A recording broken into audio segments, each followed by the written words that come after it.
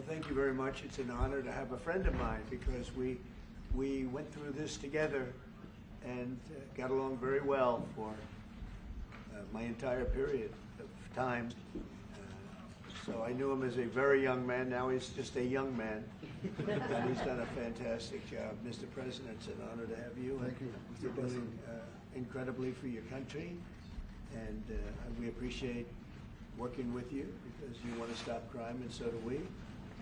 And it's very, very effective. And I want to just say hello to the people of El Salvador and say they have one hell of a president. Okay, and I mean that, and I know him well. I know him as a very young man, Marco, even younger than you. You know, he started pretty young. He'll always be younger. Young at heart. But I want to thank you for the great job you're doing. I appreciate it very much. Thank you. Well, it's an honor to be here in the Oval Office with the President and leader of the free world. We're very happy, and we're very eager to help. We know that you have a crime problem, a terrorism problem that you need help with. And we're a small country, but if we can help, we will do it. And we actually turned the murder capital of the world, that was the journalists call it, right? Murder capital of the world, into the safest country in the Western Hemisphere. And, you know, if sometimes they say that we imprison thousands. I like to say that we actually liberated millions.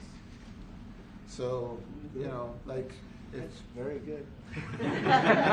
Who gave him that line? Do you think I can use that? Yes. Yes. And in fact, Mr. President, you have 350 million people to liberate. Yeah. But to liberate 350 million people, you have to imprison some. You know, that's the way it works, right? You cannot just, you know, free the criminals and think crime is going to go down magically. You have to imprison them so you can liberate 350 million Americans that are asking for the end of crime and the end of terrorism. And it can be done. I mean, you're doing it already. And I'm sure that people have seen the change in the streets. A long way to go because you're just initiating your second term. But it's clear that, you know, with the numbers at the border, you know, when even in Democrat-run cities, they get a help from the work you're doing. So I'm really happy to be here, honored, and eager to help. Well, we had a terrible thing happen. We had an administration that allowed people to come in freely into our country from not only South America, but from all over the world, many from the Congo in Africa, Asia, all over the world, Europe, rough parts of Europe. And they came from prisons, and they came from mental institutions, and they came from gangs, and the gangs of Venezuela and other places. And hundreds of thousands and even millions of them came. 21 million people altogether, but many of the people that came, just a tremendous percentage of them were criminals, in some cases violent criminals. We had 11,088 known murderers. Half of them murdered more than one person. This was allowed by a man who, what he did to our country is just unbelievable. So we're straightening it out, we're getting him out. But what they did and what that party did to our country, open borders, anybody could come in. As soon as I heard that, I said, every prison's going to be emptied out into our country. That's what happened. And we're straightening it out, and we just had numbers. We had the highest recruiting numbers in the history of our country going into police departments. And a year ago, we had the lowest numbers. You couldn't hire a biggest change. Yeah. Nobody's From ever the seen. lowest to the highest. And the military now, Marines, the Army, Air Force, Coast Guard, every slot is, I mean, we have the best numbers we've ever had. We call it recruitment numbers. And we've never had anything like it. We had records on at every single level. But very important, the policemen. The policemen are joining forces now that we're having a hard time with policemen because we weren't protecting our police. Yeah. And we cherish our police. The police are great, and the firemen and everybody else. But we have the highest numbers that we've ever had, the most enthusiasm. Great enthusiasm, and on trade and other things, we're doing great. We're taking in billions and billions of dollars. We made 2 weeks ago, I gave them a little bit of a pause because, you know, you have to show a little flexibility. But we go back to what we have to do. The markets have been very strong once they got used to it. But we were losing $2 billion a day. There's no company big like this. No. This is the biggest deal ever made. Now we're making $3 billion a day. We're a great country, but we had stupid people running this country, and I can say it. But what they've done to us at the border should never and can never be forgotten. It's a sin, what they did, and you are helping us out, and we appreciate it. Thanks. Thank you. Actually, what you're doing with the border is remarkable. It has dropped, what, 95%? It's incredible. That, as of this morning, 99%, 99.1% to be exact. Why are those numbers not in the media? Well, they get out with the fake news, you know, like CNN over here doesn't want to put them out because they don't like putting out good numbers. They only like putting out because I think they hate our country actually.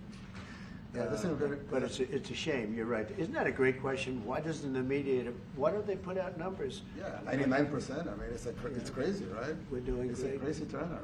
Christy, could you maybe say a couple of words about the border? How we're doing? You know, it's just been absolutely phenomenal what a great leader can do. Clear direction. Our laws matter. We should only have people in our country that love us, and the Border Patrol and our ICE officers and law enforcement officers have done fantastic work. So we're proud of them. Now we just need to get the criminals and murderers and rapists and dangerous gang members and terrorist organizations out of our country. So, Mr. President Bukele, we thank you very much for your partnership. It has been wonderful for us to be able to have somewhere to send the worst of the worst and someone to partner with. And we'd like to continue that partnership because it's been a powerful message of consequences. Mr. President, you wanted people to know that there was consequences if you break our laws and harm our people and endanger families. And this is a clear consequence for the worst of the worst, that we have somewhere to put them. Thank you very much. Yeah, we even had this gang member from Venezuela, one of the ones you sent, and we interviewed him just to get some information, etc., from them. And he said, "Oh, well, I got arrested 6 times, but they released me the 6th time, so I should be released again." And then we said, "Well, what's the last thing you do?" And he said, "Well, I shot a cop in the leg, but I didn't kill him. I just shot him in the leg." And we're like, this guy was arrested 6 times here in the United States, 6 times. He was released 6 times, and in the he was released 5 times, and the last time he was sent to El Salvador, right? So he's not getting a release. But the last time he shot a cop, actually, and he shot him in the leg. So these are, like you said, there's something broken. It's the liberal establishment. But they're not running things anymore in this country, and we're run by, and I don't say conservative, I don't say anything, we're run by people with great common sense. Yeah, common sense. Because it's all common sense. Yeah. It's not liberal conservative, it's common sense. Exactly. And, do you allow men to play in women's sports? Do you allow men to box your women and box? Because I know you have a lot of boxing. That's violence. That's abuse of a violence woman. against women. It's abuse of a woman. Totally. But we have people that fight to the death because they think men should be able to play in women's sports. And some of those sports, it wouldn't matter much, but it still matters. But some of them are very dangerous for women. Some years ago, like we said, a decade ago or so, women rights movements were pressuring so that we enacted specific laws to avoid men abusing women. And I think those laws were great because there were a lot of men abusing women. But now some of the same people are trying to backtrack on that and actually trying to make new laws allowing men to abuse women in sports. So actually, that doesn't make sense. It doesn't make sense. It's crazy. They have weightlifting records, right? Yeah. A woman gets up, she's incredible. A guy gets up and beats her by 100 pounds. What are you going to do? A record that hadn't been broken in 18 years. They put on an ounce, quarter of an ounce, eighth of an ounce. For 18 years now, they have a guy come up, ping. The whole thing is crazy, but they continue to fight. And I don't like talking about it because I want to save it for just before the next election. I said, my people, don't even talk about it because they'll change. And but I watched this morning, there was a congressman fighting to the death for men to play against women in sports. And you say to yourself, why? What are they doing, right? What are they doing? But your country's not too big in that. No, of course not. We're big in protecting women. Good. Yeah. That's right. It's a very important form of protection, too. And as you can see, most of my cabinet are women, so. That's impressive. Yeah, yeah. That's why you And run they're it. not DEI hires or anything. They They're can just be great too. at what they do, right? That's right. This is very impressive. Yeah, This no. is a first. We've had women, but we've never had 3 of them right here. That's 4 and 3 And men. look at what we have. You guys feel a little bit mistreated? That's good. I like it. We've been advanced. I've been very advanced in that regard too. We have Pam, who's been so Yes, I know. fantastic. And Christy, and the most powerful woman they see I anywhere. in the know, world. exactly. She's rated. They're all afraid of her. Susie Wells. They say, oh, she's tough. Yeah. Most powerful woman in the world, according to magazines. What do I know? Yes. But I think she probably is. Yeah, she probably is. You know, she probably is. Congratulations. And you know, Stephen, who's done such a great job. We have great He's people. very famous too. But we love working with him. He really lets them have it, right? Yeah, exactly. There's no games. No. It's very good. He knows. Do you have any questions, please? President Trump, Go ahead, let's not start Mr. with President. CNN because they're just so Mr. President. wrong. Yeah, please. Yeah, thank you, Mr. President. You repeatedly mentioned last night that Russia's attack on Ukraine was a mistake. What is the exact mistake? And have you given Putin a deadline to actually move toward a ceasefire? The mistake was letting the war happen. If Biden were competent, and if Zelensky were competent, and I don't know that he is. We had a rough session with this guy over here. He just kept asking for more and more. That war should have never been allowed to happen. That war, I went 4 years and Putin wouldn't even bring it up. And as soon as the election was rigged and I wasn't here, that war started. There was no way that war should have been allowed to happen. And Biden should have stopped it. And you take a look at Putin. I'm not saying anybody's an angel, but I will tell you, I went 4 years and it wasn't even a question. He would never, and I told him, don't do it. You're not going to do it. And it was the apple of his eye, but there was no way that he would have done it. All you had to do is lower oil prices. If you lowered oil prices, Biden kept the prices so high because he made it impossible to get it. If you lowered oil prices, you would have never had the war. But you wouldn't have had it with me anyway. That war would have never happened. And I think it's a great abuse. So now what do? You get a country where 25% of its land is gone, and the best locations, where millions of people are killed. You know, you haven't reported accurately the death. And this was Biden's war, and I'm trying to stop it.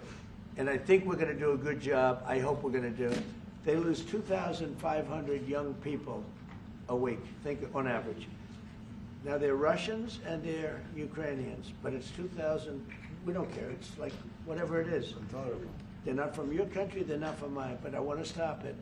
2,500. It's a killing field. It's like the Civil War. You take a look. I look at the satellite pictures. This should not be happening in our time. Of course, our time can be pretty violent, as we know. But that's a war that should have never been allowed to start. And Biden could have stopped it, and Zelensky could have stopped it, and Putin should have never started it. Everybody's to blame. Have you spoken to President Zelensky, sir, about his offer to purchase more Patriot missile batteries? Oh, I don't know. He's always looking to purchase missiles. You know, he's against. Listen, when you start a war, you got to know that you can win the war, right? You don't start a war against somebody that's 20 times your size, and then hope that people give you some missiles. If we didn't give them what we gave, remember, I gave them javelins. That's how they won their first big battle with the tanks that got stuck in the mud, and they took them out with javelins. They have an expression that Obama at the time, Obama gave them sheets and Trump gave them javelins. But just something that should have never happened. It's a really shame. The towns are destroyed. Towns and cities are, largely destroyed. They have the spires, the beautiful spires that go up. They say they were the most beautiful in the world in Ukraine for whatever reason, but the most beautiful in the world, they're mostly laying on their side, shattered and broken. And most importantly, you have millions of people dead. Millions of people dead because of Three people. I would say three people. Let's say Putin, number one, but let's say Biden, who had no idea what the hell he was doing, number two, and Zelensky.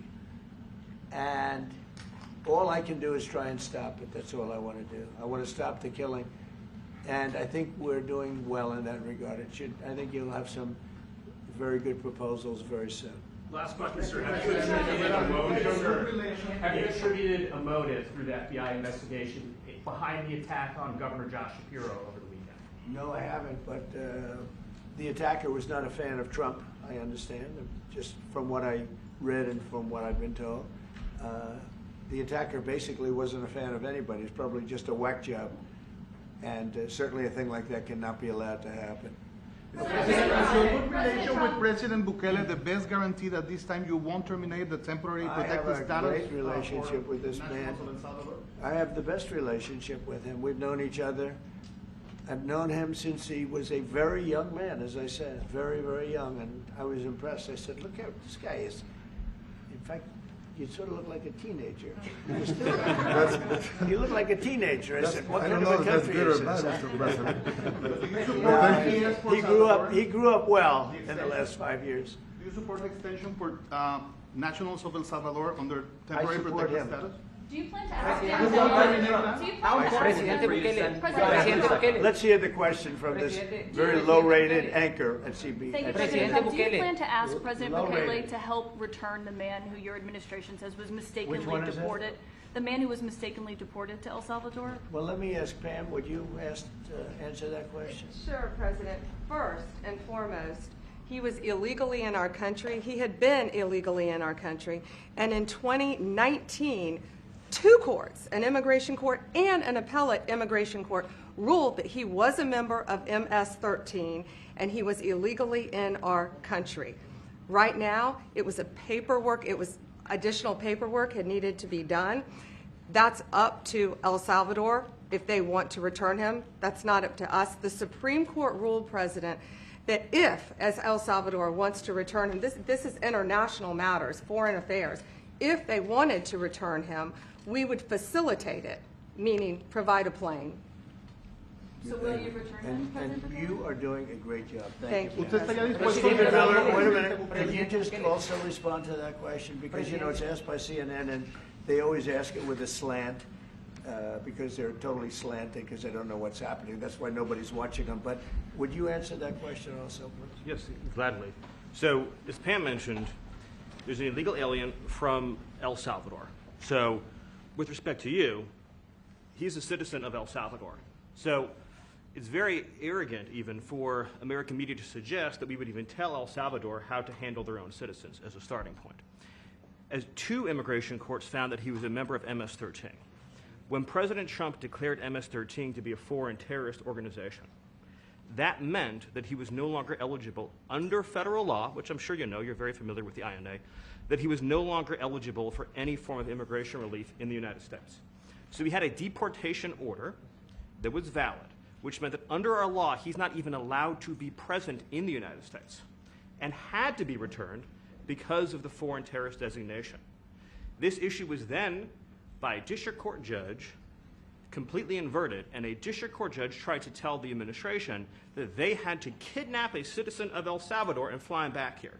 That issue was raised with the Supreme Court, and the Supreme Court said the district court order was unlawful and its main components were reversed 9-0 unanimously, stating clearly that neither Secretary of State nor the President could be compelled by anybody to forcibly retrieve a citizen of El Salvador from El Salvador, who again is a member of MS-13, which, as I'm sure you understand, rapes little girls, murders women, murders children, is engaged in the most barbaric activities in the world, and I can promise you if he was your neighbor, you would move right away. So you don't plan But to the ask for Supreme any Court help is to get asking him back? to. And Is that- what was the ruling Facilitate- in the Supreme Court, Steve? Was it 9-0? Yes, it was a 9-0 In our favor. in our favor against the district court ruling, saying that no district court has the power to compel the foreign policy function of the United States. As Pam said, the ruling solely stated that if this individual, at El Salvador's sole discretion, was sent back to our country, that we could deport him a second time. No version of this legally ends up with him ever living here because he is a citizen of El Salvador. That is the president of El Salvador. Your questions about it, per the court, can only be directed to him. I asked ¿Usted lo President liberaría, Bukele, Presidente what is Bukele? can President Bukele weigh in on this? Do you plan to return him? Well, I'm supposed you're not suggesting that I smuggle a terrorist into the United States, right? It's I mean, always how can I smuggle? How can I return him to the United States? Like I smuggle him into the United States, or what do I do? Of course, I'm not going to do it. It's like, I mean, the question is preposterous. How can I smuggle a terrorist into the United States? I don't have the power to return him to the United States. So you can release him inside El Salvador. Yeah, but I'm not releasing. I mean, we're not very fond of releasing terrorists into our country. I mean, we just turned the murder capital of the world into the safest country of the Western Hemisphere, and you want us to go back into the releasing criminals so we can go back to being the murder capital of the world? No, that's not going to happen. Well, they'd love to have a criminal, released into our I mean, there's a fascination. They would love it. Yeah. They're sick. These are sick people. Marco, do you have something to say about Yeah, I mean, Stephen outlined it. I don't understand what the confusion is. This individual is a citizen of El Salvador. He was illegally in the United States and was returned to his country. That's where you deport people, back to their country of origin, except for Venezuela that wasn't refusing to take people back, or places like that. I can tell you this, Mr. President. No, the foreign policy of the United States is conducted by the President of the United States, not by a court. And no court in the United States has a right to conduct the foreign policy of the United States. It's that simple. End of story. And that's what the Supreme Court held, by the way, to Marco's point. The Supreme Court said exactly what Marco said, that no court has the authority to compel the foreign policy function of the United States. We won a case 9-0, and people like CNN are portraying it as a loss, as usual, because they want foreign terrorists in the country who kidnap women and children. But President Trump, his policy is foreign terrorists that are here illegally get expelled from the country, which, by the way, is a 90-10 issue.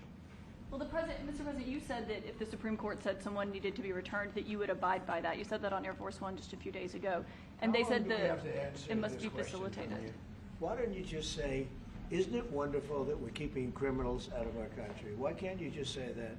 Why do you go over and over, and that's why nobody watches you anymore? You have no credibility. Please, go ahead. President Trump, thank you so much. How many illegal criminals are you planning on exporting to El Salvador? And President Bukele, how many are you willing to take from the U.S.?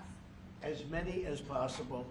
And I just asked the president, it's this massive complex that he built, jail complex. I said, can you build some more of them, please? As many as we can get out of our country that were allowed in here by incompetent Joe Biden through open borders. Open borders.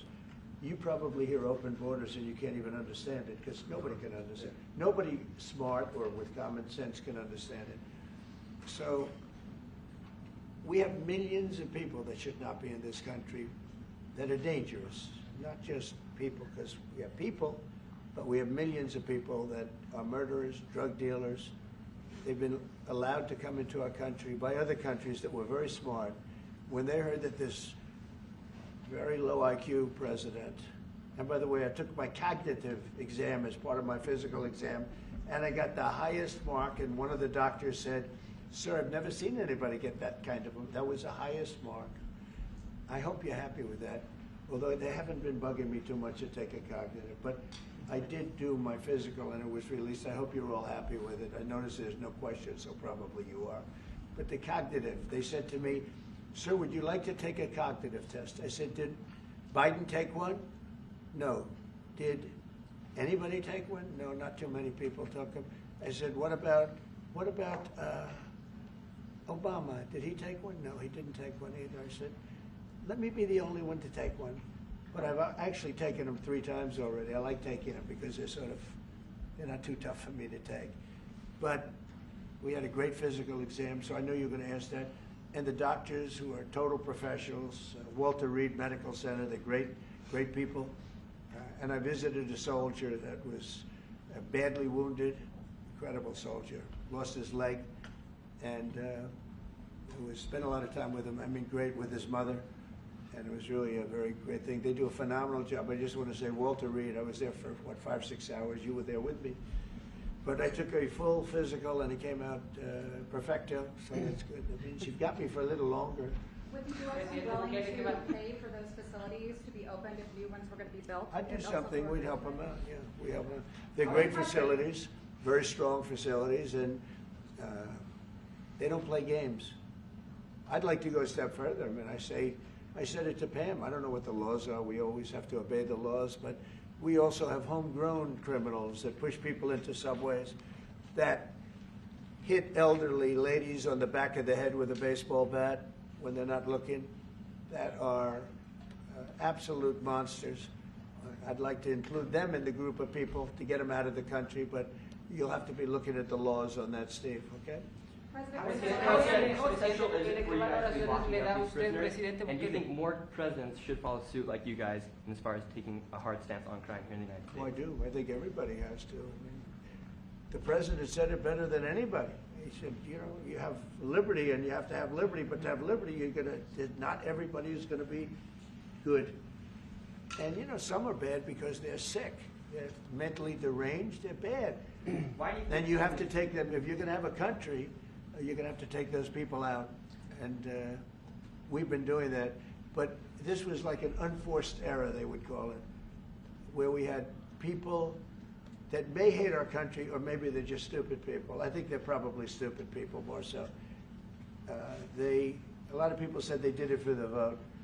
But I did better with Hispanic people than they did, because I always use Hispanic. I did better. You people love me. I saw my poll numbers in your country. I'm through the roof, right? 91%. Some people think they do it for the vote. But they don't have to do it for the vote. They cheat, you know, they're professional cheaters. That's about the only thing they do well. So we just have had a great relationship, and it's become bigger because of a strange thing that happened. You know, I came back. We had no war in Ukraine. We had no war we had no October 7th Middle East problem. We had nothing. We had no inflation. We didn't have the Afghanistan most embarrassing moment in the history of our country. The Afghanistan, not withdrawing, because I would have been out. You know, I had it all set to bring people out with dignity and pride. That was the worst, most embarrassing moment in the history of our country, Afghanistan. We didn't have any of that. You wouldn't have had the war with Russia, Ukraine. You wouldn't have had the Middle East problem because Iran was broke. They had no money because we had secondary sanctions on and lots of other sanctions. And now every single thing, got a problem with Iran, but I'll solve that problem. That's almost an easy one. We got to solve a war that should have never started, Ukraine and Russia, and we'll get that solved. And we have to solve problems, and we already solved inflation. You know, if you look at the numbers are incredible, actually. Stock market's up, and we're not letting other countries take advantage of this country like they have for the last 40 years. So thank you very much. You have a question, please? Yes, Mr. President, thank you so much. You scored another major investment win this morning when NVIDIA pledged to build its AI supercomputer, the first time ever, right here in the United States. Thank you. That's a question I like. That's true. What is your reaction to this announcement, sir, and how will this positively benefit Americans across the entire country? Well, it's one of the biggest announcements you'll ever hear, because NVIDIA, as you know, controls that almost the entire sector, which is one of the most important sectors in the world, between chips and semiconductors and everything else. And they're the biggest. And the other biggest we already have coming in is spending $300 billion, as you know. They announced 2 weeks ago. But NVIDIA is so highly respected. And this was an announcement that a lot of people, I knew it was going to happen, but not to the extent that it happened. It's big. And the reason they did it is because of the election on November 5th and because of a thing called tariffs. As I say, the most beautiful word in the dictionary. After love, God, relationship. The press actually hit me and said, tariff is the most beautiful word in the dictionary. What about family, love, God? I got hit even on that. Do you understand? I said, okay. So now I say it's my 5th most favorite word because they get you on anything. But that NVIDIA, it's one of the great companies of the world, modern, super modern companies, controls segments that nobody, you know, sort of controls the world in a sense, and they're coming in here in the biggest way with hundreds of billions of dollars. Not like millions of dollars, hundreds of billions of dollars, and I'm honored by it. And I want to thank Jensen and all of the people that we deal with. They're great people. They're brilliant people. And without tariffs, they wouldn't be doing it. Okay? Thank you very much. Yeah, Are please. you considering additional sanctions against Russia after their latest attack? And do you have an update on the rate and when you might announce Well, I semiconductor already have tariffs? sanctions on Russia. I put them there. If you remember, Nord Stream 2, that's the big pipeline that goes through Europe. I stopped it. That's Russia's pipeline, the largest pipeline, I think, in the world. Goes to Germany. And I stopped it. And when Biden came in, he approved it. And then they say, oh, I'm friendly with Russia. No. Putin said, you know, if you're my friend, I'd hate to see you when you're my enemy. I stopped the biggest economic job they ever had. I stopped it cold, right? It was dead. You know that, right? And Biden came in and he immediately approved it. What was that all about? And it's a pipeline that takes care of a lot of the needs. Now, you know, it was a very controversial thing, but I stopped it, and Biden approved it. Question? On tariffs, No, not you. Not Presidente update today on potential semiconductor tariffs and potentially pharmaceuticals. What? Semiconductor tariffs and potentially pharmaceuticals. Any update on Pharmaceuticals, that? we're going to do. We don't make our own drugs, our own pharmaceuticals. We don't make our own drugs anymore. The drug companies are in Ireland and they're in lots of other places, China.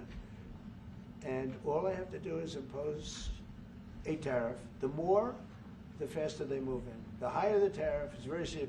It's inversely proportional. The higher the tariff, the faster they come. And yeah, we're going to be doing that. That's going to be like we have on cars. We have, as you know, a 25% tariff on cars. We have a 25% tariff on steel and aluminum. And that's what that category fits right now. Do you have a percentage in mind and a timeline? I have a timeline, yeah, not too distant future. And we're doing it because we want to make our own drugs. We're doing it because we want to make our own steel and aluminum, lumber, other things. And they're all coming in. We have record numbers, $7 trillion. Since I announced, like a month and a half ago, since I came in, we have over $7 trillion being invested in the country. We didn't have $1 trillion. We didn't have $500 billion with some of these guys. They didn't know what the hell they were doing.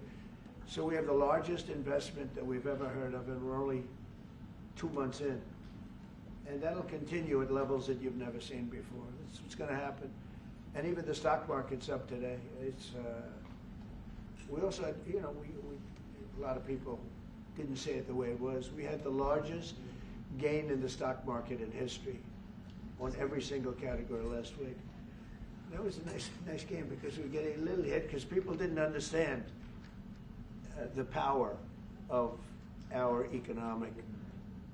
our country economically if you use it right. Do you have something to say on that, JD?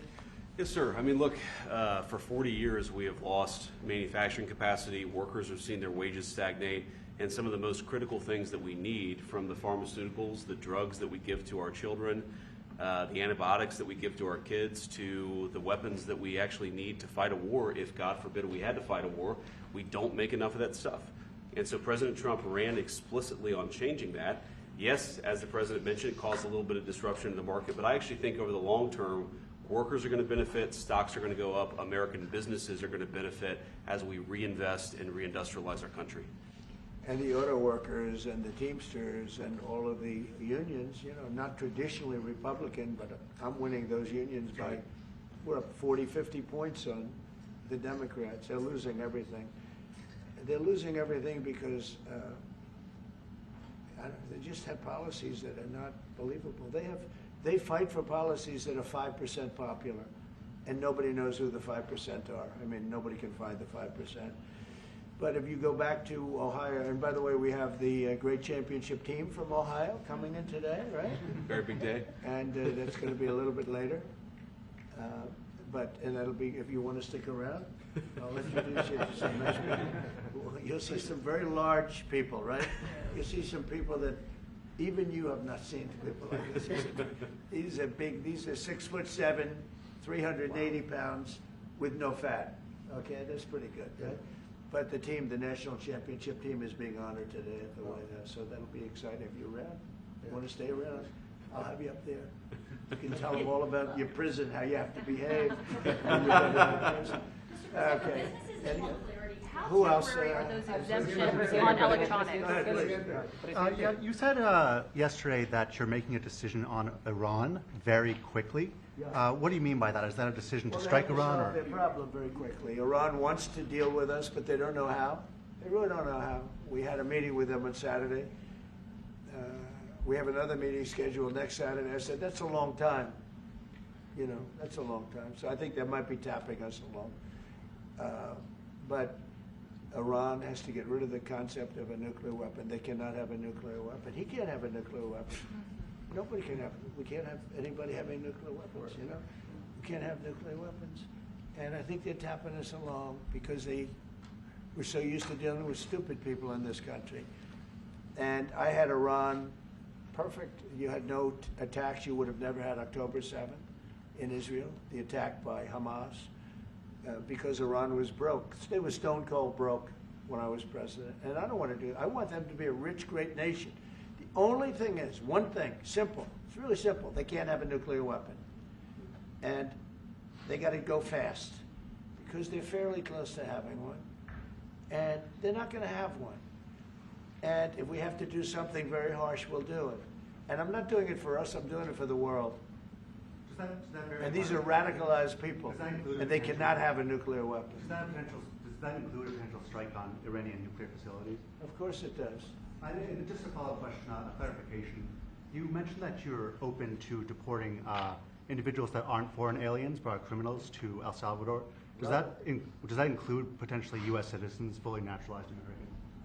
If they're criminals and if they hit people with baseball bats over their head that happen to be 90 years old, and if they rape 87-year-old women in Coney Island, Brooklyn, yeah, that includes them. Why do you think there's a special category of person? They're as bad as anybody that comes in. We have bad ones too, and I'm all for it because we can do things with the president for less money and have great security. And we have a huge prison population. We have a huge number of prisons, and then we have the private prisons, and some are operated well, I guess, and some aren't. But he does a great job with that. We have others that we're negotiating with too. But no, if it's a homegrown criminal, I have no problem. Now, we're studying the laws right now. Pam is studying. If we can do that, that's good. And I'm talking about violent people. I'm talking about really bad people. Really bad people. Every bit as bad as the ones coming in. And I made the statement when I heard about this a long time ago now, 4 years ago. When I heard that this guy was having open borders, I said every single criminal from all over the world is going to be dumped into our country. And that's what happened. Jails. The jails of the Congo were emptied out. The jails of Venezuela were emptied out. And you know what happened? Their crime went way down. But now Venezuela has other problems. You know what the problem is? They have no money. Yeah. Because I shut off their oil, and we put secondary tariffs because they're not doing what's right over there. They know what to do. We spoke to them. I spoke to them. They know what to do. But they have no money. Venezuela has no money. But Iran had no money, and Iran behaved so beautifully. And then Biden took all those secondary tariffs and tariffs on. I told China, you can't buy oil. If you buy oil from Iran, China, I told it to President Xi, then we no longer want you to do business with the United States of America. And those ships disappeared from that harbor so quickly. China. Get along great with China. Are the talks with Iran productive? Do you want to continue that? What? The talks with Iran, do you believe those are productive? Do you want to continue that? I think Iran could be a great country as long as it doesn't have nuclear weapons. If they have nuclear weapons, they'll never get a chance to be a great country. They will never get a chance. It won't even come close. Sir, Harris. Yeah. Yeah, thank you. Yesterday you mentioned short-lived product exemptions. Which specific products are you considering, and how long is short-lived? Weeks, months? I'm looking at something to help some of the car companies where they're switching to parts that were made in Canada, Mexico, and other places. And they need a little bit of time because they're going to make them here. But they need a little bit of time. So I'm talking about things like that. What about any Apple products, other cell phones? Look, I'm a very flexible person. I don't change my mind, but I'm flexible. And you have to be. You just can't have a wall and you'll only go. No, sometimes you have to go around it, under it, or above it. There'll be maybe things coming up. I speak to Tim Cook. I helped Tim Cook recently, and that whole business. I don't want to hurt anybody. But the end result is we're going to get to the position of greatness for our country. We're the greatest economic power in the world if we're smart. If we're not smart, we're going to hurt our country very badly. We lost with China over the Biden years trillions of dollars on trade. Trillions of dollars. And he let them fleece us. And we can't do that anymore. And you know what? I don't blame China at all. I don't blame President Xi. I like him. He likes me. I mean, who knows? Who the hell cares? Do you have any updates on talks But you know with what? China? What? Do you have any updates with talks with China? No, let me just tell you this. I don't blame China. I don't blame Vietnam. I see their meeting today. Is that wonderful? That's a lovely meeting. They're meeting like trying to figure out how do we screw the United States of America. Don't forget, the European Union was formed to do just that. The European Union was formed to hurt the United States and on trade. And they get us on NATO because they don't pay their bills. But now, since I got involved, they have been paying their bills. I took in over $600 billion for NATO. Nobody took in anything. I mean, they were all delinquent. They had 8 nations out of 28 paid their bills. The rest of them were way delinquent. And I said, if you don't pay your bills, we're not going to protect you anymore. And the money poured in over 600. The Secretary General last week made that statement. He said, I've never seen anything like it. We couldn't get anybody to pay because the United States was footing the bill for NATO. Well, we got hurt there, and we got hurt on trade, likewise, European Union. And they've got to come to the table. And they're trying to. They're trying to. But the European Union has taken terrible advantage. They don't take our food products. They don't take our cars. We have millions of their cars, BMW, Volkswagen, Mercedes-Benz, many others. They come in by the millions. They don't take, there are no Chevrolets in Munich, I can tell you that. I said to Angela Merkel when she was there, as she was letting millions of people infiltrate Germany, which was not so good from, we would call them illegal immigrants, but she made them legal. But I said to her, and I get along with her very well, I said, how many Chevrolets do we have in Munich or Frankfurt? Why, none, Donald, none. I said, you're right. And yet we take in millions and millions of cars. No, those days are over. Okay, thank you very much, everybody. Thank you, President. Thank you, President.